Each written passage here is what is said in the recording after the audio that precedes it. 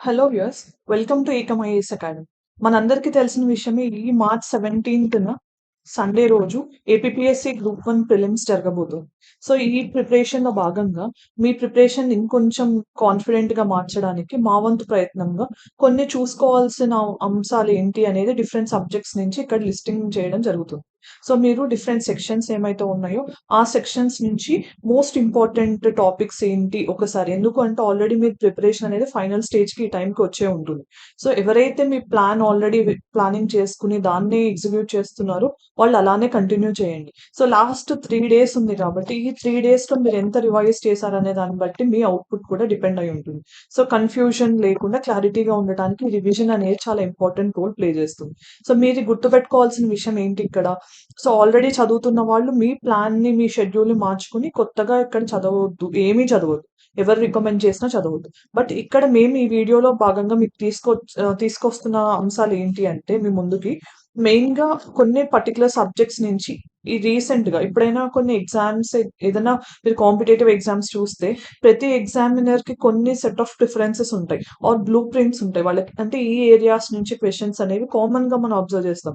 అది యూపీఎస్సీ అయినా, state public exams అయినా ఏదైనా కూడా జనరల్‌గా వాళ్ళకి కొన్ని ఫేవరెట్ ఏరియాస్ ఉంటాయి. దాని నుంచి క్వెషన్స్ అడుగుతుంటారు. సో మనం అది ఎలా అడుగుతున్నారు అనేది ఎలా తెలుస్తుంది? మనం ఇంతకుముందు వేరియస్ ఎగ్జామ్స్‌లో అడిగిన క్వెషన్ పేపర్ మోడల్స్ చూసినప్పుడు, నేచర్ ఆఫ్ క్వెషన్ ఎలా అడుగుతున్నారని తెలుసుకున్నప్పుడు, ఆ రీజన్ ఏంటి? ఆ క్వెషన్ అడగటానికి గల రీజన్ ఏంటి అనేది మనం తెలుసుకున్నప్పుడు మనకు అర్థమవుతుందది. సో ఇక్కడ పల్స్ ఆఫ్ ద ఎగ్జామినర్‌ని మీరు తెలుసుకోవడానికి కొన్ని హెల్ప్‌ఫుల్ టిప్స్ ఇవ్వబోతున్నాం ఈ వీడియోలో. సో ఇది కొంచెం లాంగ్ వీడియో అయినా కూడా అడ్జస్ట్ అవ్వండి. ఎండ్ వరకు చూసి మీ ప్రిపరేషన్‌లో ఒకవేళ ఇలాంటి యాస్పెక్ట్స్ మీరు చదవకపోతే గనక ఈ 2 డేస్‌లో మీకు టైం దొరికితే వీటిని కూడా మీ ప్రిపరేషన్ అండ్ రివిజన్‌లో ఇంక్లూడ్ చేసుకుంటే మీకు మాక్సిమం అవుట్‌పుట్ వస్తుందని మేము ఆశిస్తున్నాం. సో మీ ప్రిపరేషన్ పక్కన పెట్టి కంప్లీట్‌గా ఇక్కడ ఇచ్చిన టాపిక్స్‌ని చదవడం అనేది కరెక్ట్ కాదు. ఎందుకంటే ఇది ఒక అడ్వైస్ లాగా మేమిస్తున్నాం. సో ఎవరి ప్యాటర్న్, ఎవరి ప్రిపరేషన్ అయితే వాళ్ళకి యూనిక్‌గా ఉండాలి. సో మీరు ఈ టాపిక్స్ చూసుకోండి. ఒకసారి ఈ టాపిక్స్ మీకు ఐడియా ఉంటే వెల్ అండ్ గుడ్. ఒకవేళ ఈ టాపిక్స్ మీరు ఇప్పటివరకు చూడలేదు, కవర్ చేసుకోలేదు అంటే అలాంటి డైమెన్షన్‌లో కూడా ఒకసారి మీరు రీసెర్చ్ చేసి కొన్ని ఇన్‌పుట్స్ తెలుసుకుంటే ఏంటంటే మీ ఏదైతే అటెంప్ట్ ఉంటుందో అది కొంచెం ఎక్కువ ఈల్డ్ వచ్చేలాగా మేము హెల్ప్ చేస్తున్నామనమాట. సో మీరు టార్గెట్ చేస్తారు కదా! నెగెటివ్ మార్కింగ్ ఉంటుంది. సో మీరు ఎక్కువ క్వెషన్స్ అటెంప్ట్ చేయాలి అనంటే ఈ స్కోప్స్ నుంచి కూడా క్వెషన్స్ వచ్చే ఛాన్స్ ఉంటుంది అని ఈ వీడియోలో చెప్పడం జరుగుతుంది. సో ఫస్ట్ థింగ్ మీరు గుర్తుపెట్టుకోవాల్సింది ఏంటంటే ఒక ప్రిన్సిపల్ ఉంటుంది. పరెటో ప్రిన్సిపల్ అని ఉంటుంది. దాంట్లో ఏంటంటే ఎవరు కూడా 100% ఎఫర్ట్ ఇవ్వలేరు దేనికి కూడా. మీరు ఒప్పుకున్నా, ఒప్పుకోకపోయినా 100% ఎఫర్ట్ అనేది ఏ ఎగ్జామ్‌కైనా ఎవరు ఇవ్వలేరు. వాళ్ళకి తగినంత ఎఫర్ట్ ఇస్తారు. దానికి తగ్గట్టు రిజల్ట్ వస్తుంది. బట్ ఒక ప్రిన్సిపల్ ప్రకారం ఏంటి? మనం 20% ఎఫర్ట్ ఇస్తే చాలు 80% రిజల్ట్ వస్తుంది అనేది ప్రిన్సిపల్ చెప్తుంది.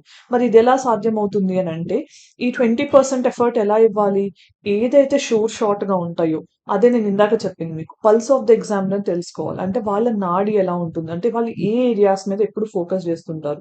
మీరు వేరే నంబర్ ఆఫ్ ఎగ్జామ్స్ చెక్ చేస్తున్నప్పుడు క్వెషన్ పేపర్స్, ఇప్పుడు ఫర్ ఎగ్జాంపుల్ ఏపీపీఎస్సీ వాళ్ళు ఉన్నారు. రీసెంట్‌గా టీఎస్పీఎస్సీ జరిగిందనుకోండి. జరగలేదు బట్ స్టిల్ జరిగిందనుకోండి. ఆ ఎగ్జామ్ పేపర్ కూడా మీరు చూడాల్సి ఉంటుంది. అది నాకు సంబంధించింది కాదు గదా! అని కాదు. సో మనం ఇప్పుడు next year TSPSC group 1 prelims ఉంది. లేకపోతే యూపీఎస్సీ ప్రిలిమ్స్ ఉంది. సో ఈ 2 రాస్తున్న వాళ్ళు ఒకసారి ఇప్పుడు జరగబోయే Sunday APPSC group 1 prelims paper చూడాలి. సో అప్పుడు దాన్ని బట్టి అర్థమవుతుంది. ఎలాంటి క్వెషన్స్ మీద ఎగ్జామినర్స్ ఫోకస్ చేస్తున్నారు అనేది తెలుస్తుంది. Second thing, already APPSC group 2 preliminary జరిగిపోయింది. సో దాని పేపర్ కూడా ఒకసారి మీరు రాస్తే మంచిది. ఆల్రెడీ మీకు ఆ క్వెషన్స్ ఐడియా ఉంటాయి. రాయకపోయినా ఒకసారి చూడండి. క్వెషన్స్ జస్ట్ చూడండి ఎలా అడుగుతున్నారనేది.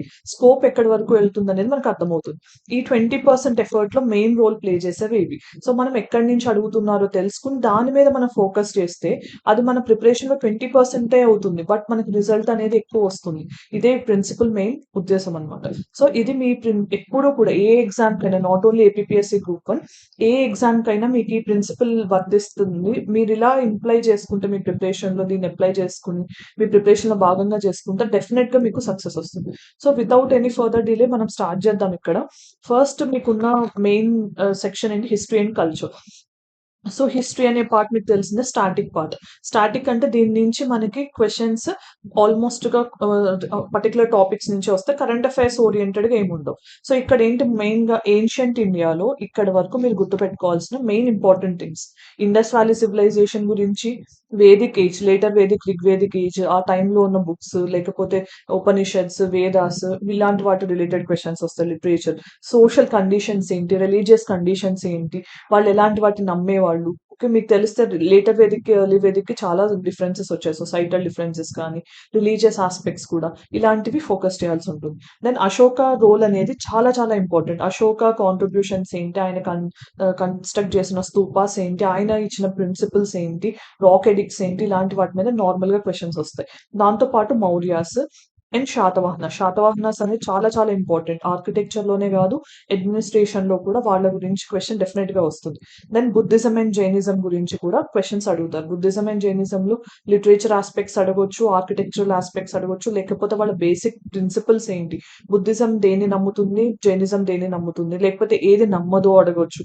అట్లా డిఫరెంట్ ఆస్పెక్ట్స్ బుద్ధిజం, జైనిజం నుంచి కూడా ఖచ్చితంగా క్వెషన్స్ వస్తాయి. మీరు యూపీఎస్సీ ప్రిలిమ్స్‌లో చూసినా ఎవ్రీ ఇయర్ ఒక క్వెషన్ తప్పకుండా వస్తోంది. సో ఇది చాలా ఇంపార్టెంట్ ఏరియా.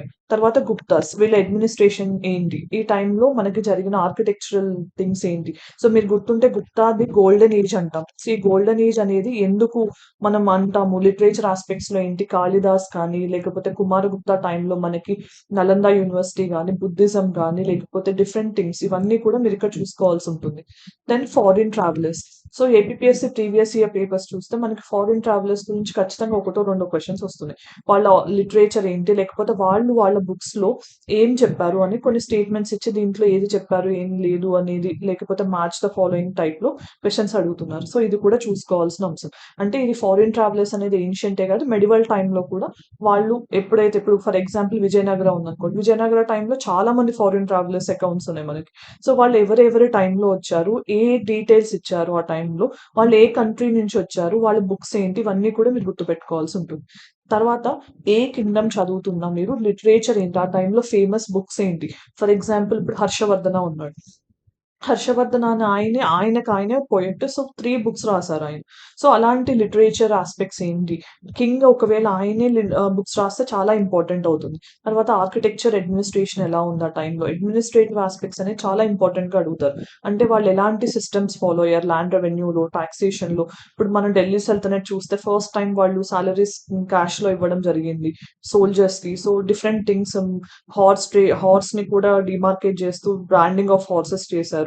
లేకపోతే స్లేవరీ అబాలిషన్ కి కానీ, స్లేవరీ డిపార్ట్మెంట్స్ కానీ, కరెన్సీస్, టోకెన్ కరెన్సీ ఎక్స్పెరిమెంట్స్ కానీ, ఇట్లా వాళ్ళు ఏది కొత్తగా చేసినా, లేకపోతే ఏదైతే సిగ్నిఫికెంట్ గా జరిగిందో అలాంటివన్నీ కూడా చాలా ఇంపార్టెంట్ గా కవర్ అవ్వాలి ఇక్కడ అడ్మినిస్ట్రేషన్ ఆస్పెక్ట్స్ లో.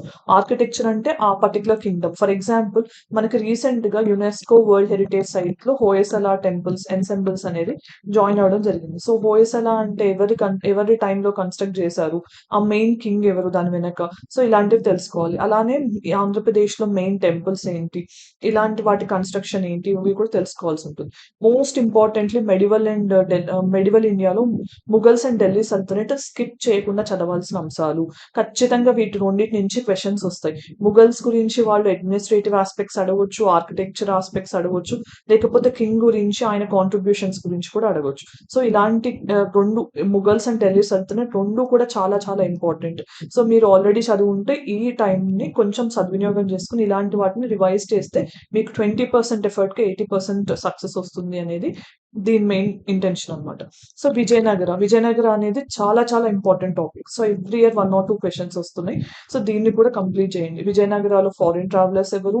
విజయనగర కింగ్స్ వాళ్ళ కాంట్రిబ్యూషన్స్ ఎవరు? లేకపోతే ఫర్ ఎగ్జాంపుల్ తిరుపతిలో కోరోనేషన్ చేసుకున్న కింగ్ ఎవరు?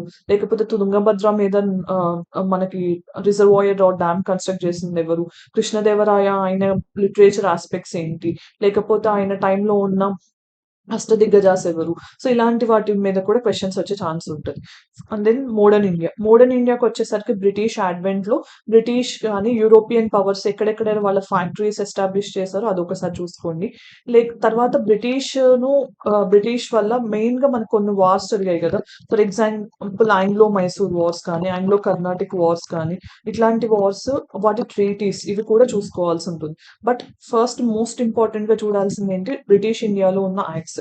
మనకు తెలుసు 1773 నుంచి మనకి 1935 వరకు మనకి డిఫరెంట్ యాక్ట్స్ వచ్చాయి. సో, ఈ యాక్ట్స్ మీద ఖచ్చితంగా 1 ఆర్ 2 క్వెషన్స్ వస్తాయి. సో, డైరెక్ట్ గానే, ఇండైరెక్ట్ గానే యాక్ట్స్ గురించి ఖచ్చితంగా వస్తాయి. సో, ఇవి థరోగా చూసుకోవాల్సినవి. తర్వాత పర్సనాలిటీస్. సో, పర్సనాలిటీస్ అంటే డిఫరెంట్ మూవ్‌మెంట్స్‌లో ఎవరెవరు కాంట్రిబ్యూట్ చేశారు, వాళ్ళ ఆస్పెక్ట్స్‌లో అడగొచ్చు. అంటే వాళ్ళు ఈ అసోసియేషన్‌లో మెంబరా? లేకపోతే వాళ్ళు ఇలాంటి న్యూస్ పేపర్స్‌కి ఎడిటర్‌గా ఉన్నారా? లేకపోతే వాళ్ళు ఈ మూవ్‌మెంట్‌లో పార్టిసిపేట్ చేశారు. ఇలాంటి బేస్డ్ క్వెషన్స్ వచ్చే ఛాన్స్ ఉంటుంది. తర్వాత మూవ్‌మెంట్స్ అనే దాంట్లో మనకి నార్మల్‌గా నేషనల్ మూవ్‌మెంటే కాకుండా సివిలియన్ మూవ్‌మెంట్స్ కానీ, లేకపోతే పెజెంట్ మూవ్‌మెంట్స్ కానీ, ట్రైబల్ మూవ్‌మెంట్స్ కానీ ఇలాంటివి అడిగే ఛాన్స్ ఉంటుంది. సో, మీ దగ్గర అందరి దగ్గర స్పెక్ట్రమ్ అనేది ఉంటే గనుక దాంట్లో లాస్ట్‌లో టేబుల్స్ ఫార్మాట్‌లో ఇచ్చారు. సో, అదొకసారి బ్రీఫ్‌గా చూసుకుంటే చాలు. మీరు ఇన్ డెప్త్‌కి వెళ్ళాల్సిన అవసరం ఉండదు. మోస్ట్‌లీ ఈజీ టు మోడరేట్ క్వెషన్సే అడుగుతారు ఈ సెక్షన్‌లో. ఓకే. డైరెక్ట్ గానే ఉంటాయి. ఇక్కడ టెక్నికాలిటీస్ ఏమి ఉండవు కాబట్టి మీకు మూవ్‌మెంట్ ఏంటి? ఎప్పుడు జరిగింది? దాంట్లో మెయిన్‌గా ఎవరైనా ఇన్వాల్వ్ అయ్యుంటే లీడర్స్ పేర్లుంటే వాళ్ళవి. తర్వాత ఆబ్జెక్టివ్ ఏంటి? అసలు దేనికోసం వాళ్ళు ఫైట్ చేశారనేది తెలుసుకోవాల్సింది. తర్వాత ఇండియన్ నేషనల్ కాంగ్రెస్, వాటి సెషన్స్, ప్రెసిడెంట్స్ ఎవరు? ఇవి ఐఎన్‌సి మెయిన్ కాంట్రిబ్యూషన్స్ ఏంటి? లేకపోతే ఆ సిరీస్ ఆఫ్ నేషనల్ మూవ్‌మెంట్‌లో ఇండియన్ నేషనల్ కాంగ్రెస్ రోల్ ఏంటి? ఇట్లాంటి క్వెషన్స్ వచ్చే ఛాన్స్ ఉంటుంది. సో, ఇవన్నీ కూడా ఇంపార్టెంట్ టాపిక్స్ అని లిస్టింగ్ చేయడం జరిగింది. సో, ఇవి ఒక్కసారి మీరు చదవకపోయుంటే చూసుకోండి. మాక్సిమం క్వెషన్స్ వచ్చే ఛాన్స్ ఉంటుంది. దెన్ కల్చర్ నుంచి రీసెంట్‌గా ఇప్పుడు కల్చర్ అంటే ఇక్కడ హిస్టరీలో స్టాటిక్ పార్ట్‌లో రావచ్చు. లేకపోతే కరెంట్ అఫైర్స్‌ని ఉద్దేశించి స్టాటిక్‌లో క్వెషన్ కూడా తయారు చేయొచ్చు. అంటే ఇందాక నేను చెప్పినట్టు హోయసలాస్ గురించి దాన్ని స్టాటిక్ పార్ట్‌లోనే అనిపిస్తది మనకి. కానీ కరెంట్ అఫైర్స్‌లో వచ్చింది కాబట్టి దాని నుంచి ఒక క్వెషన్ ఫ్రేమ్ చేయొచ్చు. సో, అలా మీరు చూసుకోవాల్సి ఉంటుంది. శాంతినికేతన్ ఉంది. మనకి రీసెంట్‌గా హోయసలాస్ వచ్చింది. సో, ఇలాంటివి చూసుకోవాలి. అండ్ మనకి న్యూ పార్లమెంట్ ఇనాగరేట్ చేశాం గదా! సో, అది చౌసత్ యోగిని టెంపుల్ మోడల్ అని అన్నారు పార్లమెంట్ అనేది. సో, ఆ టెంపుల్ దాంట్లో మనం ఇంతకు ముందే గుర్తుంటే తమిళనాడు నుంచి ఒకటి మనం ఒక ఎంబ్లెమ్ అనేది అది ఎంబ్లెమ్ అంటాం గదా! అలాంటిది ఒకటి రాయల్‌ది ఇన్‌స్టాల్ చేయడం జరిగింది. లేకపోతే దాంట్లో పార్లమెంట్ గేట్స్ 4 గేట్స్‌కి 4 డిఫరెంట్ థీమ్స్ ఉన్నాయి. సో, ఆ థీమ్స్ ఏంటి? దాంట్లో ఏమన్నా కల్చరల్ యాస్పెక్ట్స్ ఏమన్నా ఇంక్లూడ్ చేశారా? ఇలాంటివన్నీ ఒకసారి చూసుకోండి. దెన్ అయోధ్య రామ మందిర్ అనేది మీకు చాలా సిగ్నిఫికెంట్‌గా జరిగింది గాబట్టి, అది చాలా నేషనల్ వైడ్ ఈవెంట్ అయింది గాబట్టి, నగరా స్టైల్ ఆఫ్ ఆర్కిటెక్చర్ మీద క్వెషన్స్ వచ్చే ఛాన్స్ ఉంటది. సో, నగరా స్టైల్ అనేది మెయిన్‌గా ఎందుకంటే అయోధ్య రామ మందిర్ కూడా ఇదే టెంపుల్ స్టైల్‌లో జరిగింది గాబట్టి, సో, దీని గురించి మళ్ళీ స్పెసిఫిక్‌గా అయోధ్య రామ మందిర్ గురించి కరెంట్ అఫైర్స్‌లో కూడా సెక్షన్‌లో అంటే పేపర్ 2లో కూడా క్వెషన్ వచ్చే ఛాన్స్ ఉంటుంది. సో, దీని ఫీచర్స్ ఏంటనేది కూడా ఒకసారి చూసుకోండి. తర్వాత క్లాసికల్ లాంగ్వేజ్ స్టేటస్. సో, ఈ రీసెంట్‌గా ఏంటి బెంగాలీ లాంగ్వేజ్ కూడా క్లాసికల్ లాంగ్వేజ్ స్టేటస్ ఇవ్వాలి అని మమతా బెనర్జీ అడగడం జరిగింది. సో, క్లాసికల్ లాంగ్వేజ్ స్టేటస్ ఏంటి? సో, ఇలా కొన్ని ఎగ్జాంపుల్స్ ఇచ్చాను నేను. ఇంకా చాలా ఉంటాయి. బట్ స్టిల్ ఏంటంటే మీకు ఇలా ఈ రీసెంట్‌గా కల్చరల్‌లో ఉన్న యాస్పెక్ట్స్‌ని మనం మన మెయిన్ స్టాటిక్ పార్ట్ ఆఫ్ హిస్టరీలోకి ఎలా ఇంక్లూడ్ చేసుకోవాలి? ఎలా క్వెషన్స్ వచ్చే ఛాన్స్ ఉంటుందనేది ఇక్కడ చెప్పడం జరిగింది. తర్వాత సెక్షన్ కాన్స్టిట్యూషన్ పాలిటీ. దీంట్లోనే ఐఆర్ అండ్ సోషల్ జస్టిస్ కూడా ఉన్నాయి. అవి సెపరేట్‌గా నేను టాపిక్ లిస్టింగ్ చేయడం జరిగింది. సో, ఫస్ట్ మనం కాన్స్టిట్యూషన్ అండ్ పాలిటీ రిలేటెడ్ చాలా ఇంపార్టెంట్ థింగ్స్ ఏవైతే కరెంట్ అఫైర్స్‌లో ఉన్నాయో దాని నుంచి ఎక్కడి నుంచి క్వెషన్స్ వస్తాయో చూద్దాం మనం. యూనిఫార్మ్ సివిల్ కోడ్ మీకు తెలిసిందే ఇది యూనిఫార్మ్ సివిల్ కోడ్ ఎందుకు చాలా న్యూస్‌లో ఉంది అని. ఉత్తరాఖండ్ ఈవెన్ మనకి రీసెంట్‌గా అసెంబ్లీలో కూడా పాస్ అయింది. సో, అంతకు ముందు నుంచి కూడా చాలా డిబేట్ జరుగుతోంది ఉత్తరాఖండ్ దాని గురించి. సో, యూనిఫార్మ్ సివిల్ కోడ్ అనేది చాలా చాలా హైలీ ప్రాబబుల్ టాపిక్. దీని గురించి ఎలాంటి క్వెషన్ అయినా రెడీ అవ్వచ్చు. సో, మీరు కొంచెం ప్రిపరేషన్‌ని దీని మీద ఫోకస్ చేస్తూ ఇంక్లూడ్ చేసుకోండి. దెన్ ఇండియాస్ క్రిమినల్ లాస్ మనకు తెలిసిందే ఐపీసీ, సీఆర్‌పీసీ, ఇండియన్ ఎవిడెన్స్ యాక్ట్‌ని రిపీల్ చేస్తూ కొత్త యాక్ట్స్ తీసుకొచ్చాం మనం. భారతీయ న్యాయ సంహిత అని, దెన్ బిఎన్ఎస్ఎస్ అని ఇట్లా కొన్ని యాక్ట్స్ తీసుకురావడం జరిగింది కదా! సో, ఇవన్నీ కూడా మనకి ఇంప్లిమెంటేషన్ ఇంకా రాకపోయినా కూడా సో, వీటి గురించి మెయిన్‌గా ఫోకస్ చేసి అడగొచ్చు క్వెషన్స్. సో, ఇవి చూడండి. తర్వాత సీఈసీ అండ్ ఈసీ. సో, మనకు తెలిసిందే ఇది చాలా కాంట్రోవర్షియల్ అయింది. సో, అపాయింట్‌మెంట్ గురించి సుప్రీం కోర్ట్ ఒక ప్యానెల్ ఉండాలి. దాంట్లో prime minister, chief justice of India and Lok Sabha opposition leader ఉండాలి. సో, ఈ 3 మెంబర్ ప్యానెల్ అనేది చీఫ్ ఎలక్షన్ కమిషనర్‌ని అపాయింట్ చేయాలి అని చెప్పి రికమెండేషన్ చేసింది. తర్వాత దీన్ని బైపాస్ చేస్తూ సుప్రీం కోర్ట్ జడ్జ్‌మెంట్‌ని గవర్నమెంట్ ఇంకొక బిల్ తీసుకురావడం జరిగింది. సో, దాంట్లో సీజేఐని డ్రాప్ చేసేసారు. ఇంకో యూనియన్ మినిస్టర్‌ని యాడ్ చేశారు. సో, ఇలా ఇదెందుకు కాంట్రోవర్షియల్ అయింది? అసలు కాన్స్టిట్యూషన్‌లో చీఫ్ ఎలక్షన్ కమిషనర్‌కి సంబంధించి ఏమేం ప్రొవిజన్స్ ఉన్నాయి? అక్కడ లేని ప్రొవిజన్స్ పార్లమెంట్ ఇంక్లూడ్ చేస్తూ ఎలాంటి సబ్సిక్వెంట్ థింగ్స్ తీసుకొచ్చింది? ఇలాంటివన్నీ సీఈసీ అనేది చాలా చాలా న్యూస్‌లో ఉంది. డెఫినెట్‌గా వచ్చే క్వెషన్ ఇది. Then no confidence motion. So, మీకు తెలిసిందే రీసెంట్‌గా గవర్నమెంట్‌కి అగెయిన్స్ట్‌గా నో కాన్ఫిడెన్స్ మోషన్ అనేది ఇనిషియేట్ చేయబడింది. బట్ స్టిల్ అది పాస్ అవ్వలేదు. సో, నో కాన్ఫిడెన్స్ మోషన్స్ ఎన్ని సార్లు ఇంట్రొడ్యూస్ అయ్యాయి? దానికి ఇంట్రొడ్యూస్ చేయడానికి క్రైటీరియా ఏంటి? అంటే లోక్‌సభలోనే అవ్వాలి. 50 మెంబర్స్ మినిమమ్ ఇనిషియేట్ చేయాలి. సో, ఇలాంటి కండిషన్స్ అన్నీ. దానికి రీజన్స్ అక్కర్లేదు. సో, ఇలాంటివన్నీ తెలుసుకోవాల్సిన అవసరం ఉంటుంది. తర్వాత మోస్ట్ ఇంపార్టెంట్‌లీ నారీ శక్తి వందన్ అంటే women reservation bill 106th constitutional amendment bill pass అయ్యి యాక్ట్ అయింది 2023లో. సో, దీని ప్రొవిజన్స్ ఏంటి? ఇమ్మీడియేట్‌గా ఇది రిజర్వేషన్ అప్లికబుల్ అవ్వదు. సో, ఎప్పటి నుంచి అవుతుంది? లేకపోతే దీంట్లో ఉన్న ప్రొవిజన్స్ ఏంటి? ఇవన్నీ కూడా క్వెషన్స్ అడిగే ఛాన్స్ ఉంటుంది. Then simultaneous elections. మీకు తెలిసిందే దీని గురించి ఒక ప్యానెల్ కూడా ఫార్మ్ చేయడం జరిగింది. రామ్‌నాథ్ కోవింద్ గారి ఆధ్వర్యంలో. సో, ఇదంతా సైమల్టేనియస్ ఎలక్షన్స్ గురించి. ఇప్పుడున్న టాస్క్ ఏంటి? మనం సైమల్టేనియస్ ఎలక్షన్స్ కండక్ట్ చేయడానికి ఉండే ఛాలెంజెస్ ఏంటి? లేకపోతే దాని పాయింట్ ఆఫ్ వ్యూలో ఎలక్షన్స్ కండక్ట్ చేసే విధానంలో నుంచి కూడా క్వెషన్స్ వచ్చే ఛాన్స్ ఉంటుంది. Then disqualification of lawmakers. ఇది రాహుల్ గాంధీ కేస్ వల్ల చాలా చాలా ఇంపార్టెంట్ న్యూస్‌లో ఉంది. ఓకే. ఎందుకంటే ఏ గ్రౌండ్స్ మీద డిస్‌క్వాలిఫై చేస్తారు. సో, మనకి ఆ గ్రౌండ్స్ అనేది తెలుసుకోవాలి. సో, ఇక్కడ రాహుల్ గాంధీ విషయంలో ఏంటి? ఇప్పుడు 2 ఇయర్స్ కంటే ఎక్కువ ఇంప్రిజన్‌మెంట్ పడితే సో, వాళ్ళు ఇమ్మీడియేట్‌గా కంటెస్ట్ చేయడానికి ఉండదు. సో, ఇది తర్వాత స్టే ఇవ్వడం జరిగింది. సో, మళ్ళీ ఆయన లోక్‌సభ మెంబర్ అయ్యారు. బట్ స్టిల్ ఇది న్యూస్‌లో చాలా ఉంది కాబట్టి ఏ గ్రౌండ్స్ మీద డిస్‌క్వాలిఫికేషన్ అంటే ఇక్కడ మీరు యాంటీ డిఫెక్షన్ గ్రౌండ్స్ చూడాలి. ప్లస్ నార్మల్‌గా రిప్రజెంటేషన్ ఆఫ్ పీపుల్స్ యాక్ట్ కింద కొన్ని గ్రౌండ్స్ ఉన్నాయి. సో, ఆ గ్రౌండ్స్ ఏంటనేది చూడాల్సి ఉంది. Then parliamentary privileges. Parliamentary privileges అనేది కూడా చాలా న్యూస్‌లో ఉంది. సో, ఇండివిడ్యువల్ ప్రివిలేజ్ ఏంటి? కలెక్టివ్ ప్రివిలేజెస్ ఏంటి? సో, ఎలాంటి దాంట్లో ప్రొటెక్షన్ వస్తుందనేది కూడా ఆర్టికల్ 105 కింద తెలుసుకోవాల్సి ఉంటుంది. Then inter state water disputes. ఇది కావేరీ రివర్ వాటర్ గాని, లేకపోతే Krishna Godavari river water disputes గాని వల్ల చాలా న్యూస్‌లో ఉంది. సో, దీనికి ఉన్న ప్రొవిజన్స్ ఏంటనే చూడండి. తర్వాత డిఫరెంట్ యాక్ట్స్ ఏవైతే న్యూస్‌లో బాగా ఉన్నాయి. ఫర్ ఎగ్జాంపుల్ యూఏపీఏ అనేది చాలా న్యూస్‌లో ఉంది. తర్వాత ఫారెస్ట్ రైట్స్ యాక్ట్ ఉంది 2006, కన్స్యూమర్ ప్రొటెక్షన్ యాక్ట్ గాని, లేకపోతే ఇంకా చాలా యాక్ట్స్ అనేవి మల్టిపుల్ రీజన్స్ వల్ల నంబర్ ఆఫ్ టైమ్స్ న్యూస్‌లో ఉన్నాయి. Environmental things like wild life protection act గాని 2022 దీంట్లో అమెండ్మెంట్ తీసుకురావడం జరిగింది. లైక్ తర్వాత మనకి ఇంకా different acts biodiversity act amendment జరిగింది. సో, ఇట్లాంటి యాక్ట్స్ ఏవైతే అమెండ్మెంట్స్ జరిగాయి న్యూస్‌లో ఉన్నాయి. వాటి రిలేటెడ్ ప్రొవిజన్స్ అడిగే ఛాన్స్ కూడా ఉంటుంది.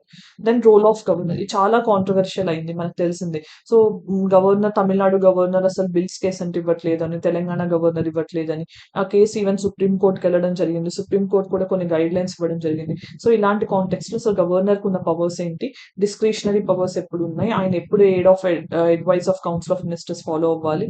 ఇలాంటివి తెలుసుకోవాల్సిన విషయాలు. తర్వాత రైట్ టు ఇన్ఫర్మేషన్. సో, ఇది ఎలక్టోరల్ బాండ్స్ విషయంలో plus right to information act కూడా ఎఫెక్టివ్‌గా ఇంప్లిమెంట్ అవ్వడం లేదు అనేవి కాంటెక్స్‌లో కూడా చాలా ఇంపార్టెంట్‌గా న్యూస్‌లో ఉంది. తర్వాత స్పెషల్ కేటగిరీ స్టేటస్. సో, మనకు తెలిసిందే కొన్ని స్టేట్స్ డిమాండ్ చేస్తున్నాయి. బట్ సెంట్రల్ గవర్నమెంట్ మనకి ఫైనాన్స్ కమిషన్ రికమెండేషన్ చేసింది. సో, కొత్తగా స్పెషల్ కేటగిరీ స్టేటస్ అనేది దేనికి ఇవ్వము అని చెప్పింది. సో, దీనికి ఉండే క్రైటీరియా ఏంటి? అసలు ఎవరు రికమెండ్ చేశారు? గాడ్గిల్ ఫార్ములా గాని, ఎప్పటి నుంచి ఏ 5 ఇయర్ ప్లాన్ గాని, ఏ ఫైనాన్స్ కమిషన్ రికమెండ్ చేసింది? ఇలాంటివన్నీ తెలుసుకోవాలి. Then 6th schedule status. Ladakh అనేది ప్రొటెస్ట్ చేస్తుంది. సో, మణిపూర్ కూడా మనకి వైలెన్స్ ఉంది. సో, ఇలాంటి కాంటెక్స్‌లో 6th, 5th షెడ్యూల్ ఏరియాస్‌కి డిఫరెన్సెస్ ఏంటి? సో, ఇదొకటి తెలుసుకోవాల్సిన విషయాలు. తర్వాత లోక్పాల్, లోకాయుక్త. సో, మనకు తెలిసింది ఆల్మోస్ట్‌గా 10 ఇయర్స్ తర్వాత ఫస్ట్ లోక్పాల్ అయ్యారు. తర్వాత సబ్సిక్వెంట్‌గా ఆయన టైం అయిపోయాక సెకండ్ లోక్పాల్‌ని రీసెంట్‌గా అపాయింట్ చేయడం జరిగింది. సో, ఆ కాంటెక్స్‌లో లోక్పాల్, లోకాయుక్త యాక్ట్ గురించి వాళ్ళ అపాయింట్మెంట్ ప్రొసీజర్ ఎలా? ఎవరు ఉంటారు ఆ కమిటీలో మెంబర్స్? ఎంతమంది కంపోజిషన్ ఉండాలి? ఏంటి అనేది చూడాల్సిన విషయాలు. తర్వాత ఎలక్టోరల్ బాండ్స్. ఇది ఎందుకు న్యూస్‌లో ఉందో మీ అందరికి బాగా తెలుసు. సో, సుప్రీం కోర్ట్ దీన్ని రీసెంట్‌గా స్క్రాప్ చేసింది. సో, ఎలక్టోరల్ బాండ్స్‌లో ఎవరు ఫండింగ్ ఇవ్వగలరు, ఎవరు తీసుకోగలరు, ఏంటి ఏ పొలిటికల్ పార్టీస్. సో తర్వాత మీరు తెలుసుకోవాల్సిన విషయాలు ఏంటి, ఎలక్టోరల్ బాండ్స్ అనేది ఎందుకు violation of the constitution, supreme court A grounds మీద, అట్లాంటివన్నీ తెలుసుకోవాల్సిన విషయాలు. తర్వాత cross voting, anti defection, floor test, ఇవి కూడా చాలా న్యూస్ లో ఉన్నాయి. ఇప్పుడు పాలిటీలో క్రాస్ ఓటింగ్ అనేది అంటే ఓపెన్ బ్యాలెట్, సీక్రెట్ బ్యాలెట్ ఎప్పుడు వాడాలి, తర్వాత యాంటీ డిఫెక్షన్ లో పవర్స్ ఏంటి. ఈ మధ్య మనం బాగా చూసాం కదా పార్టీ స్ప్లిట్స్, మర్జర్స్, శివసేన ఒకటి, ఎన్సీపీ ఒకటి, మహారాష్ట్రలో చాలా జరిగింది కదా. సో అలాంటి విషయంలో ఎవరికి పవర్స్ ఉంటాయి, ఏ బేసిస్ మీద డిసైడ్ చేస్తున్నారు, ఇలాంటివి తెలుసుకోవాలి. తర్వాత ఫ్లోర్ టెస్ట్, ఫ్లోర్ టెస్ట్ అనేది కూడా చాలా న్యూస్ లో ఉంది కదా. సో ఫ్లోర్ టెస్ట్ ఎప్పుడు కండక్ట్ చేస్తారు, ఎవరికి కండక్ట్ చేస్తారు, ఎవరికి ఆ ఫ్లోర్ టెస్ట్ కండక్ట్ చేసే పవర్స్ ఉన్నాయి, ఇలాంటివన్నీ చూడాల్సిన విషయాలు. సో ఇవన్నీ కూడా మీకు కరెంట్ అఫైర్స్ వీడియోస్ మేము ప్రొవైడ్ చేసిన దాంట్లో ఉన్నాయి. సో మీరు జస్ట్ టాపిక్ వైజ్ ఒకసారి సర్చ్ చేయండి. ఆల్మోస్ట్ 45 days 60 days నుంచి డిఫరెంట్ ఇంపార్టెంట్ టాపిక్స్ మీద వీడియోస్ చేయడం జరిగింది. సో ఒకసారి ఆ టాపిక్స్ మీరు ఆ ప్లేలిస్ట్ లోకి వెళ్ళి చూస్తే, ఛానల్ ప్లేలిస్ట్ లో కరెంట్ అఫైర్స్ వీడియోస్ ఉంటాయి. జస్ట్ నేమ్ చూస్తూ వెళ్ళండి. మీకు ఒకవేళ దాని గురించి ఐడియా ఉంటే మొత్తం బాడీ వీడియో చూడకుండానే మీరు స్కిప్ చేయొచ్చు. ఒకవేళ తెలియని విషయాలు, ఇంపార్టెంట్ టాపిక్స్ ఏమైనా ఉన్నాయి అనిపిస్తే మీరు 1x లో, 1.5x ఆర్ 2x లో పెట్టుకుని ఈజీగా అది ఒకసారి కంప్లీట్ చేసేస్తే మీకు ఒక పాయింట్ ఎక్స్ట్రాగా తెలుస్తుంది. అదొక అడ్వాంటేజ్.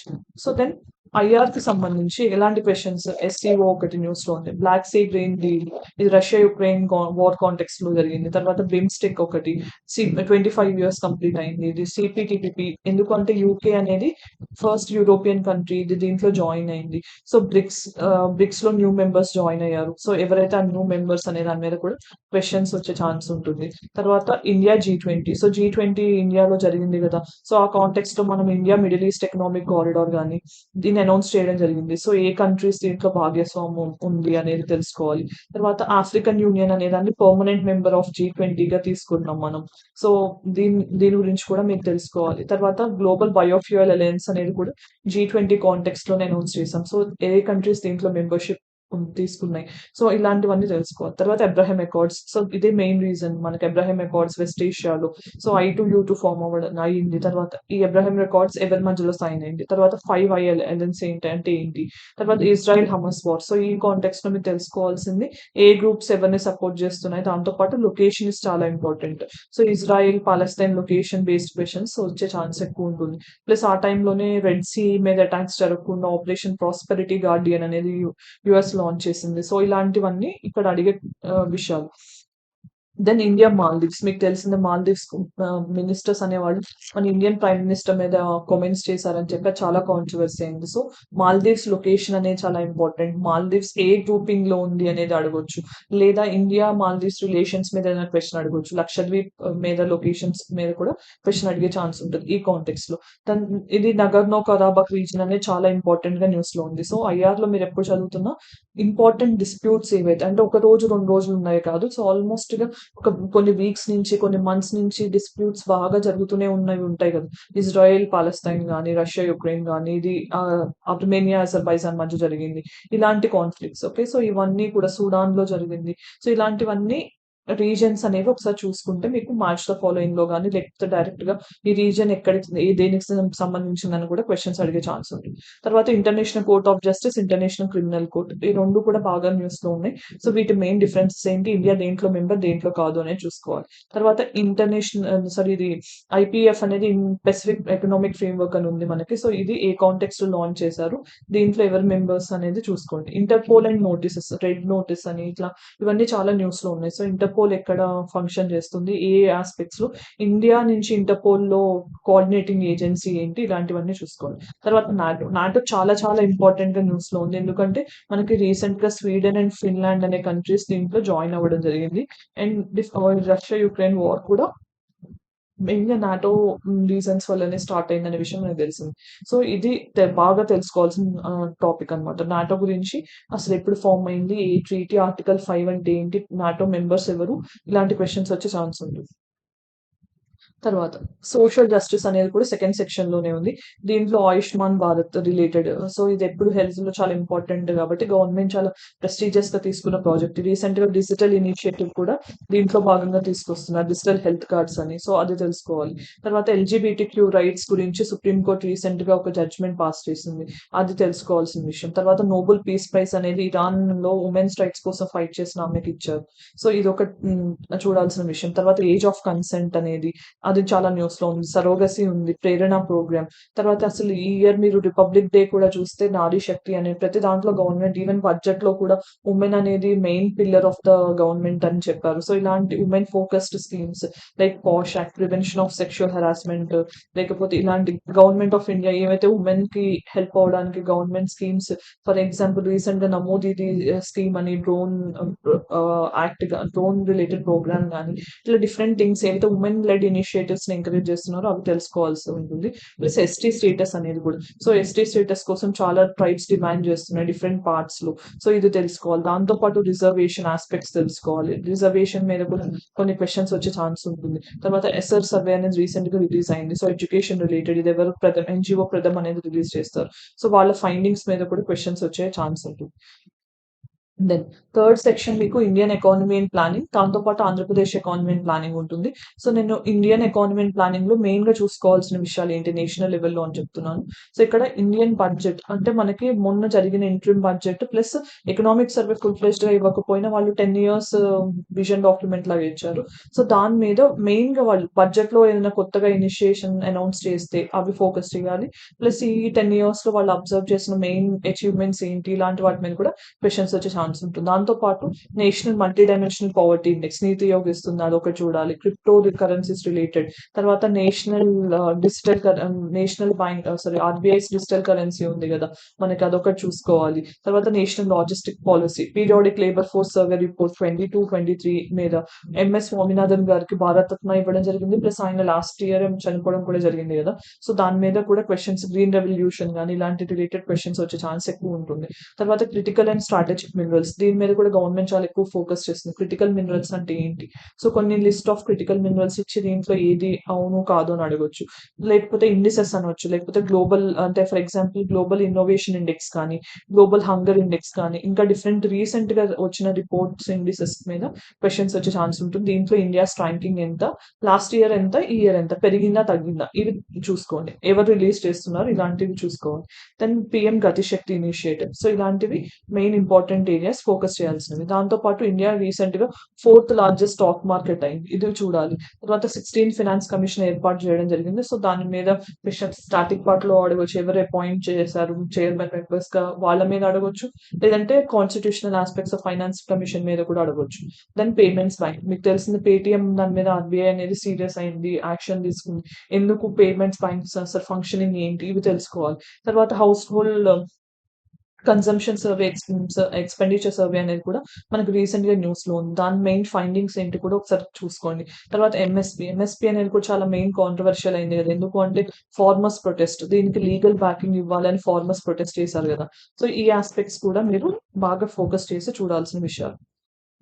తర్వాత జాగ్రఫీ రిలేటెడ్, సో ఇక్కడ నుంచి కూడా స్టాటిక్ పార్ట్ నుంచి కరెంట్ అఫైర్స్ ఓరియంటెడ్ తక్కువ ఉంటుంది, స్టాటిక్ పార్ట్ క్వశ్చన్స్ వస్తాయి. సో వరల్డ్ జాగ్రఫీ నుంచి క్లైమేటాలజీ, ఓషనోగ్రఫీ, దాంతో పాటు కొన్ని మౌంటైన్స్ కానీ, హిల్ రేంజెస్ కానీ, లేకపోతే రివర్స్ మీద ఫేమస్ థింగ్స్ అంటే లార్జెస్ట్ ఏంటి వరల్డ్ లో, అట్లాంటి వాటర్ ఫాల్ బేస్డ్ క్వశ్చన్స్ కానీ, ఇట్లాంటి ఫీచర్స్ మీద కూడా క్వశ్చన్స్ వచ్చే ఛాన్స్ ఉంటుంది. సో అవి ఒకసారి చూసుకోండి. ఇన్ వరల్డ్ లో largest river Amazon, longest river Nile, so ఇట్లాంటివి మౌంటైన్స్, రేంజెస్, ఎక్కడెక్కడ ఏ కాంటినెంట్ లో హైయెస్ట్ పీక్స్ ఏంటి, సో ఇట్లాంటివి ఒకసారి చూసుకోండి. తర్వాత ఎర్త్ క్వేక్స్, వాల్కనిజం, సో వీటి రిలేటెడ్ క్వశ్చన్స్ మోస్ట్ కామన్ జాగ్రఫీలో. ఎందుకంటే మనకి రీసెంట్ గా చూస్తే ఎర్త్ క్వేక్స్ చాలా ఎక్కువ అవుతున్నాయి. మొరక్కోలో అయింది, తర్వాత టర్కీలో అంతకుముందు చాలా పెద్ద ఎర్త్ క్వేక్ అయింది. రీసెంట్ గా ఐస్లాండ్ లో almost with minor earthquakes కానీ almost 500 earthquakes within 24 hours record అయినాయి అని చెప్పారు. సో ఐస్లాండ్ కానీ, వాల్కనిజం అనేది ఎప్పుడు ఎక్కడో చోట ఎరప్ట్ అవుతుంది. సో అదొకటి. ఈ రీసెంట్ వాల్కనోస్ ఎరప్ట్ అయినవి ఏంటి ఒకసారి న్యూస్ లో చూడండి. Cyclones, so Bay of Bengal, Arabian సీలో ఫామ్ అయిన సైక్లోన్స్ ఏంటి? సో వాటికి నేమింగ్ ఎవరిచ్చారు? అది ఏ కోస్టల్ ఫామ్ అయింది? సో అది సివియర్ సైక్లోన్, వెరీ సివియర్, అదొకసారి చూసుకోండి. అండ్ సైక్లోన్ క్లాసిఫికేషన్స్ కూడా చూసుకోండి. అంటే క్రైటీరియా ఏంటి, సారీ కండిషన్స్ అంటే సైక్లోన్ ఫామ్ అవడానికి కొన్ని ఎసెన్షియల్ కండిషన్స్ ఉంటాయి. సో అది స్టాటిక్ పార్ట్, అది ఒకసారి చూసుకోండి. తర్వాత ల్యాండ్ స్లైడ్స్ కూడా ఎక్కువైనాయి హిమాచల్ ప్రదేశ్ లో, వీటిలో. సో ల్యాండ్ స్లైడ్స్ రిలేటెడ్ అడగవచ్చు. సో మనకి తెలిస్తే ఇస్రో అనేది ల్యాండ్ స్లైడ్ ససెప్టబిలిటీ మ్యాప్ అనేది ఒకటి ఇచ్చింది, హజార్డ్ మ్యాపింగ్ కానీ. సో ఇది ఎవరు చూసుకుంటారు ల్యాండ్ స్లైడ్స్ అనేది అక్కర్ అవ్వకుండా మనం ఏ మెజర్స్ తీసుకుంటాం, ఇవి కూడా అడిగే ఛాన్స్ ఉంటుంది. తర్వాత glacier lake out burst flood అనేది సిక్కిం లో జరిగింది. సో దీని మీద కూడా క్వశ్చన్స్ వచ్చే ఛాన్స్ ఉంటుంది. ఇది ఏంటి, అసలు ఎందుకు జరిగింది, కారణాలు ఏంటి, ఇలాంటివి వాటి మీద క్వశ్చన్స్ అడగవచ్చు. తర్వాత ఇండియన్ ఫిజికల్ జాగ్రఫీ చాలా చాలా ఇంపార్టెంట్. దీంట్లో ఏంటి, India climate related questions. So మీరు ఎన్సీఆర్టీ జాగ్రఫీ చదువుంటే దాంట్లో ఇండియా క్లైమేట్ మీద ఒక చాప్టర్ ఉంది. సో మనకి దాంట్లో నుంచి డిఫరెంట్ టైప్స్ ఆఫ్ విండ్స్ అడగవచ్చు, లేకపోతే మనకి రెయిన్ఫాల్ కాజింగ్ ఫ్యాక్టర్స్ ఏంటని అడగవచ్చు, లేకపోతే ఇండియన్ ఫిజికల్ ఫీచర్స్ మీద కూడా క్వశ్చన్స్ అడగవచ్చు. ఫిజికల్ ఫీచర్స్ అంటే మనకు తెలిసిందే కదా, 5 ఫిజియోగ్రఫికల్ డివిజన్స్ ఉన్నాయి: northern plains, deserts, Himalayas, islands, coastal plains. So వాటి బేసిక్ డిఫరెన్సెస్ గురించి క్వశ్చన్స్ అడగవచ్చు. ఏ రేంజ్ ఎక్కడ ఉంది అని అడగవచ్చు. లేదంటే rivers system, most importantly rivers system మీద క్వశ్చన్స్ ఖచ్చితంగా వస్తాయి. సో ఒకసారి రివర్స్ సిస్టమ్ అనేది కూడా ఈ 3 days లో రివిజన్ చేసుకుంటే ఖచ్చితంగా 1 or 2 క్వశ్చన్స్ మీ చేతుల్లో ఉన్నట్టే. సో రివర్స్ సిస్టమ్ ఒకటి. తర్వాత న్యాచురల్ వెజిటేషన్ అనేది కూడా, న్యాచురల్ వెజిటేషన్ అంటే ఏ ట్రీస్ ఎక్కడ గ్రో అవుతాయి, సో ఆ కండిషన్స్ కూడా చూసుకుంటే ఆల్మోస్ట్ గా ఇండియన్ జాగ్రఫీ నుంచి వచ్చే క్వశ్చన్స్ మీరు కవర్ చేస్తున్నట్టే. సో రివర్స్ సిస్టమ్ అనేది చాలా చాలా ఇంపార్టెంట్ టాపిక్ జాగ్రఫీలో. తర్వాత మీరు గుర్తుంచుకోవాల్సిన విషయాలు ఎస్ఎన్టీ, ఇట్ ఈస్ పేపర్ 2లో మనకి జనరల్ మెంటల్ ఎబిలిటీతో పాటు ఎస్ఎన్టీ అండ్ కరెంట్ అఫైర్స్ ఉంది. సో ఎస్ఎన్టీలో most prestigious projects of ISRO.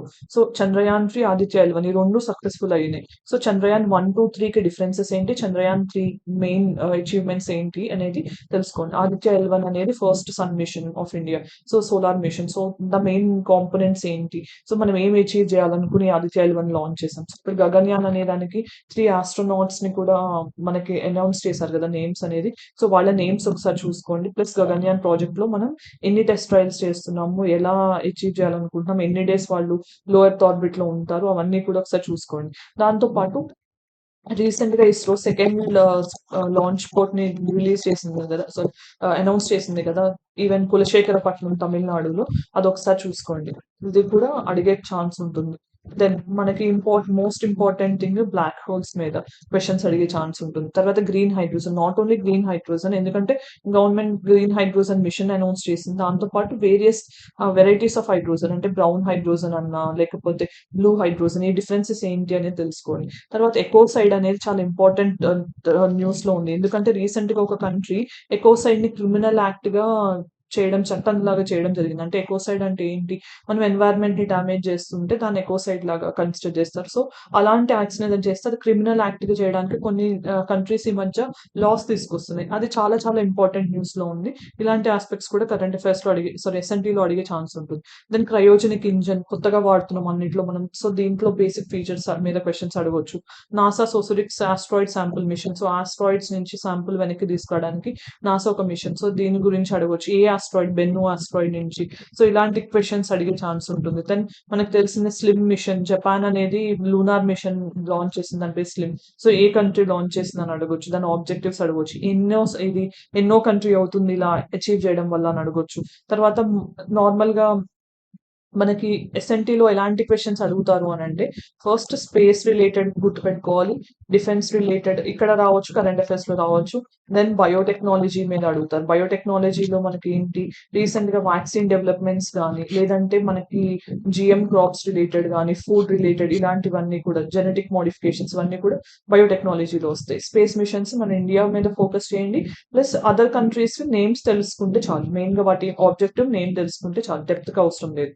తర్వాత ఇంకా గుర్తుపెట్టుకోవాల్సిన విషయాలు ఏంటి, artificial intelligence, information communication technology related aspects అడుగుతారు.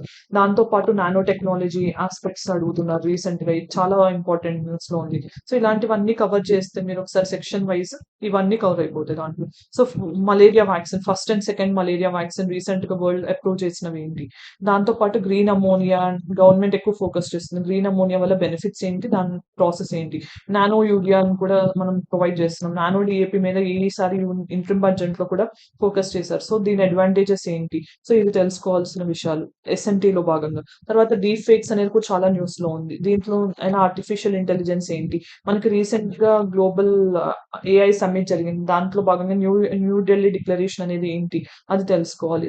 దెన్ చాలా చాలా ఇంపార్టెంట్ క్యాన్సర్ ట్రీట్మెంట్ లో CAR-T సెల్ థెరపీ. ఎందుకంటే ఇండియాలో ఫస్ట్ క్యాన్సర్ ఫ్రీ పేషెంట్ ఈ పర్టికులర్ థెరపీని యూజ్ చేసి క్యూర్ చేశారు. సో ఇది చాలా చాలా ఇంపార్టెంట్. సో T cells ఇవన్నీ వీటి మీద కూడా అడగవచ్చు. సో దెన్ సోఫియా అనేది స్ట్రాటోస్ఫెరిక్ అబ్జర్వేటరీ ఫర్ ఇన్ఫ్రారెడ్ ఆస్ట్రానమీ. ఇది ఒక న్యూస్ లో ఉంది. తర్వాత మనకి SKAO ప్రాజెక్ట్ స్క్వేర్ కిలోమీటర్ అరే అబ్జర్వేటరీ కూడా ఉంది. సో ఇండియా లాంచ్ చేసింది. సో ఇది India one of the member. So ఇలాంటివన్నీ మీరు తెలుసుకోవాల్సిన విషయాలు. తర్వాత లూసీ మిషన్ ఏంటి, ఫుడ్ ఫోర్టిఫికేషన్ చాలా న్యూస్ లో ఉంది. సో ఏ కెమికల్స్ వాడి ఫుడ్ ఫోర్టిఫికేషన్ ఇది ఎన్హాన్స్ చేస్తున్నారు, మైక్రో న్యూట్రియంట్స్ అనేవి న్యూట్రియంట్స్ ఏవైనా ఎన్హాన్స్ చేస్తున్నారు. తర్వాత US అనేది ఫస్ట్ క్రిస్పర్ బేస్డ్ జీన్ థెరపీని అప్రూవ్ చేసింది. CRISPR-Cas9 అంటే gene editing. So gene editing ని ఫస్ట్ టైం అప్రూవ్ చేశారు. సో అదేంటి అనేది తెలుసుకోవాల్సి ఉంటుంది. తర్వాత ఎక్స్పోసాట్ అంటే ఏంటి, తర్వాత ఇంటర్నేషనల్ స్పేస్ స్టేషన్ కూడా చాలా న్యూస్ లో ఉంది. రష్యా వైదొలుగుతామంది, ఇండియా కూడా రీసెంట్ గా మనకి ప్రైమ్ మినిస్టర్ 2035 కల్లా మనకి ఇంటర్నేషనల్ స్పేస్ స్టేషన్ కూడా మనం ఓన్ గా బిల్డ్ చేసుకుంటాము ఇండియా కూడా అని చెప్పినారు. So national quantum mission launch చేశారు. సో అది చాలా important. Fourth industrial revolution, lithium reserves కనుక్కున్నారు కదా జమ్మూ అండ్ కాశ్మీర్ లో. సో లిథియం చాలా ఇంపార్టెంట్. గ్రఫీన్ ఇస్ చాలా ఇంపార్టెంట్. అది కూడా దాని క్యారెక్టరిస్టిక్స్ ఏంటి, కెమికల్ ప్రాపర్టీస్ ఏంటి అనేది చూసుకోవాల్సి ఉంటుంది. జీనోమ్ సీక్వెన్సింగ్ రీసెంట్ గా 10,000 జీనోమ్ ప్రాజెక్ట్ కంప్లీట్ అయింది. సో అది చూడాలి. SKAO ప్రాజెక్ట్ చూడాలి. GM క్రాప్స్ ఇది ఆల్ ద టైమ్ న్యూస్ లో ఉంది. తర్వాత డిసీజెస్ ఇన్ న్యూస్. సో వాటి డిసీజెస్ విషయంలో కాజింగ్ ఫ్యాక్టర్ ఏంటి అంటే అది బాక్టీరియానా, వైరస్, పాథోజనా ఇలాంటివి తెలుసుకోండి. తర్వాత సిమ్టమ్స్ ఎలా సిమ్టమ్స్ ఏంటి, మోడ్ ఆఫ్ ట్రాన్స్మిషన్ ఏంటి, తర్వాత వ్యాక్సినేషన్ ఏమన్నా ఉందా, దానికి మోడ్ ఆఫ్ ట్రాన్స్మిషన్, వ్యాక్సిన్ అంటే ఆర్ ట్రీట్మెంట్ ఏమైనా ఉందా లేదా. సో ఇలాంటివన్నీ బేసిక్ గా ఏవైతే డిసీజెస్ బాగా న్యూస్ లో ఉన్నాయో అలాంటివి తెలుసుకోవాల్సి ఉంటుంది. నోరా వైరస్ అని ఒకటి ఉంది మనకి, ఇంకా కర్సనూర్ ఫారెస్ట్ వైరస్ ఒకటి ఉంది. అట్లాంటివి కొన్ని న్యూస్ లో ఉన్నాయి. సో బాగా న్యూస్ లో ఉన్న వాటిని చూసుకోండి. తర్వాత current affairs, last section current affairs లో ఏదైనా కానీ first in India or first in world జరిగితే, ఫర్ ఎగ్జాంపుల్ ఇక్కడ నేను కొన్ని ఎగ్జాంపుల్స్ ఇస్తాను మీకు. సో మనకి ఇండియాలో రీసెంట్ గా ఫస్ట్ ఇండియాలో first time indigenous hepatitis A vaccine develop చేశారు.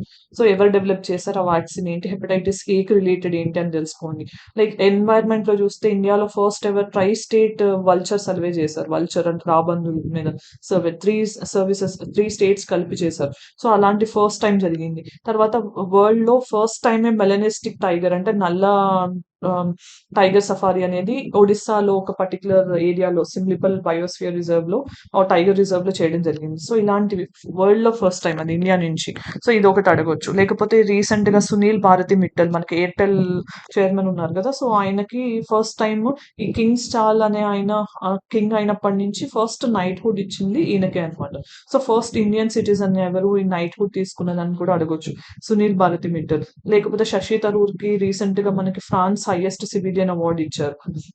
లేకపోతే India's first carbon neutral sports city Cochin. So ఇలా కొన్ని ఫస్ట్ టైం అన్నమాట. అంటే క్యాన్సర్ కానీ లేకపోతే first ever snow leopard survey చేసాం. స్నో లెపర్డ్, టైగర్, దెన్ మనకి ఇంకా నమ్దఫా ఫ్లయింగ్ స్క్విరల్ అనేది 42 years తర్వాత ఫైండ్ అవుట్ చేసాము. తర్వాత మనకి డిఫరెంట్ ప్రాజెక్ట్స్ స్పీసెస్ రిలేటెడ్ ఇలాంటివన్నీ ఫస్ట్ టైం జరిగిన ఇలాంటి క్వశ్చన్స్ అన్ని. ఇండియాలో లాంగెస్ట్ కేబుల్ బ్రిడ్జ్ ఎక్కడ, లేకపోతే ఇండియాలో మనకి రీసెంట్ గా చూస్తే zero carbon building action plan అనేది నాగ్పూర్ లో లాంచ్ చేయడం జరిగింది. India's first hydrogen fuel ferry అనేది కొచ్చిలో లాంచ్ చేశారు ప్రైమ్ మినిస్టర్. ఇండియాలో లార్జెస్ట్ సోలార్ బ్యాటరీ ప్రాజెక్ట్ ఎక్కడ, ఇలాంటివన్నీ కూడా క్వశ్చన్స్ అడిగే ఛాన్స్ ఉంటుంది. ఫస్ట్ ఇన్ వరల్డ్ ఏదైనా జరిగినా ఆర్ ఫస్ట్ ఇన్ ఇండియా జరిగిన, ఇండియా మీద ఎక్కువ ఫోకస్డ్ క్వశ్చన్స్ వస్తాయి. సో ఇక్కడ కరెంట్ అఫైర్స్ లో మనకి రీజనల్ ఇచ్చారు, నేషనల్, ఇంటర్నేషనల్ ఇచ్చారు కాబట్టి ఇవన్నీ కూడా కవర్ చేయాల్సి ఉంటుంది. ఏపీ స్పెసిఫిక్ కూడా చూడాలి. ఏపీ స్పెసిఫిక్ లో ఏపీ గవర్నమెంట్ రీసెంట్ అచీవ్మెంట్స్ కానీ గవర్నమెంట్ స్కీమ్స్ కానీ వాళ్ళు ఏదైనా అవార్డ్స్ అచీవ్ చేస్తే అవి కూడా చూడాల్సి ఉంటుంది. దెన్ డిఫెన్స్ రిలేటెడ్ కూడా క్వశ్చన్స్ చాలా కామన్ గా వస్తున్నాయి. మిసైల్ రిలేటెడ్ అడగవచ్చు, వాటి ఫీచర్స్ ఏంటి, recent achievements like Astra missile launch చేసాం, ప్రళయ్ బాలిస్టిక్ మిసైల్స్, ఇట్లా కొన్ని నేమ్స్ ఇచ్చారు. ప్రాజెక్ట్ కుషా ఇచ్చాను. సో ఇట్లా ఏంటంటే వీటి మెయిన్ ఇంటెన్షన్ ఏంటి, డిఫెన్స్ రిలేటెడ్ ఇట్లా క్వశ్చన్స్ అడిగే ఛాన్స్ ఉంటుంది. ఉంటుంది. తర్వాత exercises in news, bilateral exercises, military exercises. So military exercises names ఏ కంట్రీతో ఉంది, ఇండియాకి అండ్ ఆ కంట్రీ. సో ఏవైతే న్యూస్ లో ఉన్నాయో వాటి మీద కూడా క్వశ్చన్స్ అడుగుతారు. దాంతో పాటు అవి ఎక్కడ కండక్ట్ చేశారో కూడా చూడండి. సో అది కూడా ఇంపార్టెంట్. స్పోర్ట్స్ రిలేటెడ్ ఇది ఒకసారి నేను లాస్ట్ లో చెప్తాను, డిఫరెంట్ థింగ్స్ అవన్నీ. తర్వాత నో అవార్డ్స్. అవార్డ్స్ లో మెయిన్ ఇంపార్టెంట్ గా నోబెల్ అవార్డ్. అది నోబెల్ అవార్డ్ మనకి తెలిసిందే కదా, డిఫరెంట్ సెక్షన్స్ లో ఇస్తారు. సో ఏ సెక్షన్ లో ఎవరికి ఇచ్చారు, వాళ్ళ కాంట్రిబ్యూషన్ ఇచ్చారు దేని నుంచి అనేది కూడా చూసుకోండి. దాంతో పాటు పద్మ అవార్డ్స్, భారతరత్న ఈసారి హైయెస్ట్ గా 5 మెంబర్స్ కి ఇచ్చారు.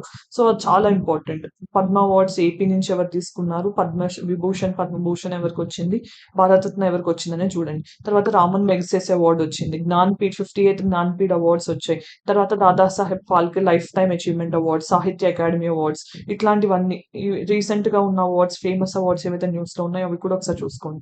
తర్వాత పర్సనాలిటీస్ ఇన్ న్యూస్, నేను ఇందాక చెప్పినట్టు సునీల్ భారతి మిట్టల్ కి ఫస్ట్ టైం నైట్ హుడ్ వచ్చింది కింగ్ స్టార్స్ నుంచి. శశి థరూర్ గాని ఇట్లా ఏదైనా ఫస్ట్ టైం ఇండియా నుంచి అచీవ్ చేసిన వాళ్ళు, బాగా న్యూస్ లో ఉన్న వాళ్ళు ఉంటే ఎంఎస్ స్వామినాథన్ గాని, లేకపోతే భారతరత్న వచ్చిన 5 మెంబర్స్ గురించి కూడా క్వశ్చన్స్ అడగవచ్చు. అలా జాగ్రఫికల్ ఇండికేషన్ ట్యాగ్స్ రీసెంట్ గా ఇచ్చినవి ఏంటో కూడా అదొకసారి చూసుకోండి. దాంతో పాటు ట్యాక్స్ రిలేటెడ్ క్వశ్చన్స్ అడగొచ్చు. ఇక్కడ ఎన్వైరన్మెంట్ స్పెసిఫిక్ గా ఇవ్వలేదు కాబట్టి COP28, first global stock take ఇలాంటివి కూడా ఇక్కడ ఇంక్లూడ్ చేసే ఛాన్స్ ఉంటుంది కరెంట్ అఫైర్స్ స్కోప్ లోని. రెన్యూబుల్ ఎనర్జీ టార్గెట్స్ ఏంటి, ఇండియా టార్గెట్స్ ఏంటి, దీంట్లో మనం అచీవ్ చేసినవి ఏమైనా ఉంటే అవి చాలా చాలా important. So wind energy, solar energy, hydrogen related, green energy initiatives మీద ఖచ్చితంగా క్వశ్చన్స్ అడుగుతారు. తర్వాత ఇది మనకి బయోడైవర్సిటీ ఫ్రేమ్ వర్క్ ఉంది, CBD, convention on biological diversity. So ఇది ఆల్మోస్ట్ 1 ఇయర్ కింద అడాప్ట్ చేసుకున్నాం, 1 ఇయర్ ఆఫ్ సక్సెస్ఫుల్ కంప్లీషన్ అయింది. సో దీని గురించి ఇంటర్నేషనల్ సోలార్ అలయన్స్ గురించి అడగవచ్చు. గ్లోబల్ బయోఫ్యూయల్స్ మీద ఖచ్చితంగా క్వశ్చన్ వచ్చే ఛాన్స్ ఉంటుంది. సో ఇలాంటివన్నీ కూడా చూసుకోండి. Days and themes, important days, వాటి థీమ్స్ ఏంటి, థీమ్స్ అవి చాలా ఇంపార్టెంట్. తర్వాత డిక్లరేషన్స్ ఏమైనా అడాప్ట్ చేసుకుంటే, ఇండియాలో ఏమైనా మీటింగ్స్ జరిగి అక్కడ డిక్లరేషన్స్ జరిగితే అవి కూడా ఒకసారి చూసుకోండి. దాంతో పాటు ఏపీ రిలేటెడ్ కరెంట్ అఫైర్స్ కూడా చాలా ఇంపార్టెంట్ థింగ్స్ ఎలా చూడాలంటే, ఫర్ ఎగ్జాంపుల్ లేపాక్షి టెంపుల్ ఉంది. లేపాక్షి టెంపుల్ లో మనకి రీసెంట్ గా ప్రైమ్ మినిస్టర్ విజిట్ చేశారు లేపాక్షి టెంపుల్. అయోధ్య రామ్ మందిర్ కంటే ముందు కొన్ని ఫేమస్ టెంపుల్స్ ని విజిట్ చేశారు, ఆ లేపాక్షి టెంపుల్ ని చూసారు ఏపీలో.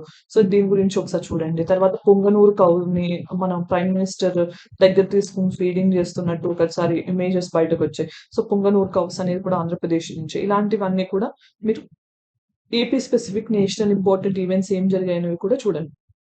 దాంతో భాగంగా స్పోర్ట్స్ రిలేటెడ్ ఆస్పెక్ట్స్ ఏమేమి చూడాల్సి ఉంటుంది అనేది కూడా నేను చెప్తాను ఇక్కడ. స్పోర్ట్స్ రిలేటెడ్ లో 37th నేషనల్ గేమ్స్ జరగడం జరిగింది. National games 37th national games ఇవి గోవాలో జరిగింది ఫస్ట్ టైం అన్నమాట. దీని మస్కట్ ఏంటి, ఓకే.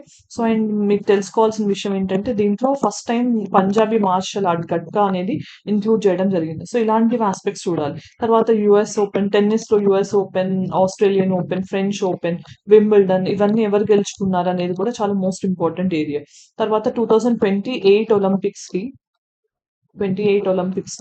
5 న్యూ గేమ్స్ ని యాడ్ చేశారు. ఈవెన్ క్రికెట్ ని కూడా యాడ్ చేశారు. ఇది ఎక్కడ జరగబోతుంది, ఈ 5 న్యూ గేమ్స్ ఏంటనేది చూసుకోండి ఒకసారి. తర్వాత వింటర్ యూత్ ఒలింపిక్స్ అనేది ఎక్కడ జరిగింది. తర్వాత 2024 అండర్-19 వరల్డ్ కప్ అనేది ఇది ఎక్కడ జరుగుతుంది, ఎవరు గెలుస్తారు అనేది చూసుకోండి. తర్వాత సిక్స్త్ ఖేలో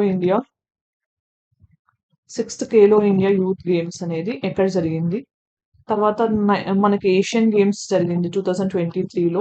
చాలా చాలా ఇంపార్టెంట్ ఏరియా. ఇక్కడ నుంచి చాలా క్వశ్చన్స్ వచ్చే ఛాన్స్ ఉంటుంది. ఏషియన్ గేమ్స్ 23లో మన India medal Tally almost 4th place లో ఉన్నాం మనం.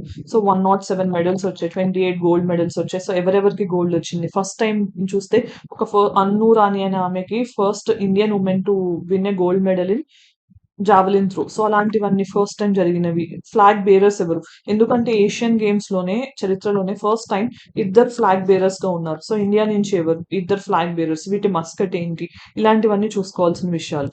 దాంతో పాటు మనకు తెలిసింది ఐసీసీ వరల్డ్ కప్ 2023 జరిగింది.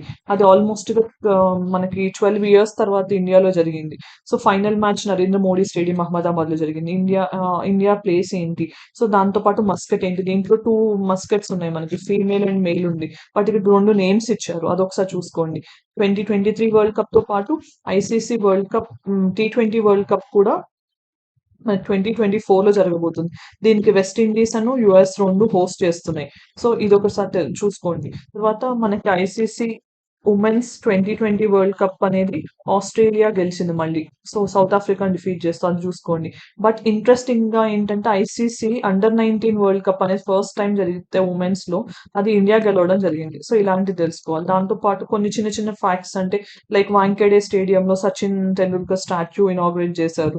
తర్వాత 5 ఇండియన్ క్రికెటర్స్‌కి honorary life time memory you can say Marylebone cricket క్లబ్‌లో వచ్చింది. లైక్ మనకి ఫర్ ఎగ్జాంపుల్ సురేష్ రైనా, మహేంద్ర సింగ్ ధోనితో పాటు ఇంకొంతమంది 5 మెంబర్స్‌కి. సో, ఆ 5 మెంబర్స్ ఎవరనేది చూసుకోండి. తర్వాత ఏషియా కప్ టైటిల్ గెలిచింది ఇండియా. 8థ్ ఏషియా కప్ టైటిల్ గెలిచింది.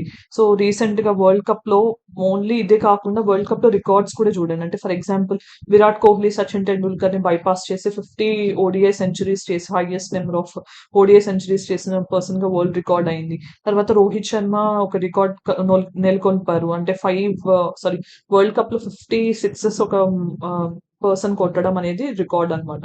సో, రోహిత్ శర్మకి ఆ రికార్డ్ ఉంది. షమి అనే ఆయన ఇండియా నుంచి మనకి highest wicket taker in world cup అయ్యారు. సో, ఇట్లాంటివన్నీ అన్నమాట. సో, ఇవన్నీ కూడా మీరు స్పోర్ట్స్ విషయంలో చూసుకోవాల్సిన విషయాలు. అలానే ఈ రీసెంట్‌గా ప్రియాంశు రజావత్ అనే ఆయన first Indian person to win badminton world tour title కూడా. సో, ఇలాంటివి దాంతో పాటు టెన్నిస్‌లో రోహన్ బొపన్న మనం చూస్తే రీసెంట్‌గా ఒక గ్రాండ్ స్లామ్ టైటిల్ రావడం జరిగింది. సో, ఇట్లాంటివన్నీ కూడా మీరు స్పోర్ట్స్ రిలేటెడ్ కరెంట్ అఫైర్స్ కూడా చూసుకోండి. 1, 2 క్వెషన్స్ ఆర్ 3 క్వెషన్స్ వచ్చే ఛాన్స్ కూడా ఉంటుంది. సో, ఇవన్నీ కూడా ఇంపార్టెంట్ టాపిక్స్ అనిపించినవి. ఒకసారి మీరు ఇవి చూసుకుంటే మీకు బెనిఫిట్ అవుతుందన్నట్టు టాపిక్ వైస్ లిస్టింగ్ చేయడం జరిగింది. సో, మీ ప్రిపరేషన్‌లో భాగంగా ఆల్రెడీ ప్రిపరేషన్ అయిపోయి ఒకసారి రివిజన్ చేసుకోవాలనుకున్నప్పుడు ఈ టాపిక్స్‌ని ఫోకస్ చేస్తూ రివిజన్ చేసుకోవడం అనేది అడ్వైజబుల్. సో, కంప్లీట్‌గా చదవటం మానేసి వీటి మీద రిలై అవ్వవద్దు. మీ ప్రిపరేషన్‌ని కంటిన్యూ చేస్తూనే ఇవి కూడా ఇంక్లూడ్ చేసుకొని ఎక్కువ స్కోర్ తెచ్చుకోండి. So, main thing what we want to say is all the very best. Okay. ఇప్పటివరకు మీరు చాలా కష్టపడ్డారు. కష్టపడిన దానికి తగిన ఫలితం ఖచ్చితంగా వస్తుంది. కాకపోతే ఎగ్జామ్ టైమ్‌లో గుర్తుపెట్టుకోవాల్సిన విషయాలు స్ట్రెస్‌కి గురవ్వకుండా నెగెటివ్ మార్కింగ్ ఉంటుంది కాబట్టి జాగ్రత్తగా 2 సార్లు క్వెషన్స్‌ని చదివి టైమ్ బౌండ్ మేనర్‌లో టైమ్‌ని కూడా చూసుకుంటూ ఉండండి. ఎందుకంటే మనకి టైమ్ తక్కువ ఉంటుంది. ఆల్‌మోస్ట్‌గా స్టూడెంట్స్ అందరూ ఇనీషియల్‌గా రాని క్వెషన్ దగ్గర స్టక్ అయిపోయి టైమ్ వేస్ట్ చేసుకుంటారు. అట్లా అవ్వకుండా ఎంత టైమ్ ఉంది అనేది కూడా వాచ్ చేసుకుంటూ జాగ్రత్తగా నర్వస్ అవ్వకుండా క్వెషన్స్ అటెంప్ట్ చేయండి. మీరే నాకు క్వెషన్ ఇది తెలీదు అసలు ఎప్పుడు వినలేదు అని అంటే ఆ క్వెషన్ అందరికీ డిఫికల్ట్ గానే ఉంటుంది.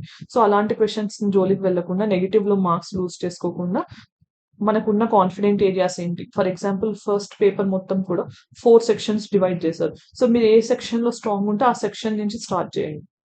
సో, ఇనీషియల్‌గా మీరు ఎక్కువ నంబర్ ఆఫ్ క్వెషన్స్ అటెంప్ట్ చేసే కొద్దీ మీ కాన్ఫిడెన్స్ అనేది బూస్ట్ అవుతుంది. సో, ఎర్రర్స్ అనేవి మినిమైజ్ అవుతాయి. సో, ఫస్ట్ మీకు హిస్టరీ హార్డ్‌గా ఉంటే అదే ఆర్డర్‌లో వెళ్ళాలని ఏం లేదు కదా! సో, మీకు ఏది ఈజీగా ఉంటే ఆ సెక్షన్ పిక్ చేసుకొని ఆన్సర్ స్టార్ట్ చేస్తే మీరు అప్పుడు మీ కాన్ఫిడెన్స్ అనేది కొంచెం అప్‌గా అనిపిస్తుంది. సో, అదే ఫ్లోలో మీరు చాలా నంబర్ ఆఫ్ క్వెషన్స్ కరెక్ట్‌గా అటెంప్ట్ చేస్తారు. సో, ఒక క్వెషన్ తెలియలేదు లేకపోతే ఒక సెక్షన్‌లో నాకు చాలా క్వెషన్స్ తెలియట్లేదు అని టెన్షన్‌కి గురవ్వద్దు. సో, మీరు ఖచ్చితంగా సక్సెస్ అయ్యి ఏపీపీఎస్సీ గ్రూప్ 1 మెయిన్స్‌కి ఎలిజిబిలిటీ సాధిస్తారనే ఉద్దేశంతో we wish you all the very best and be successful. Thank you for watching. Have a good day.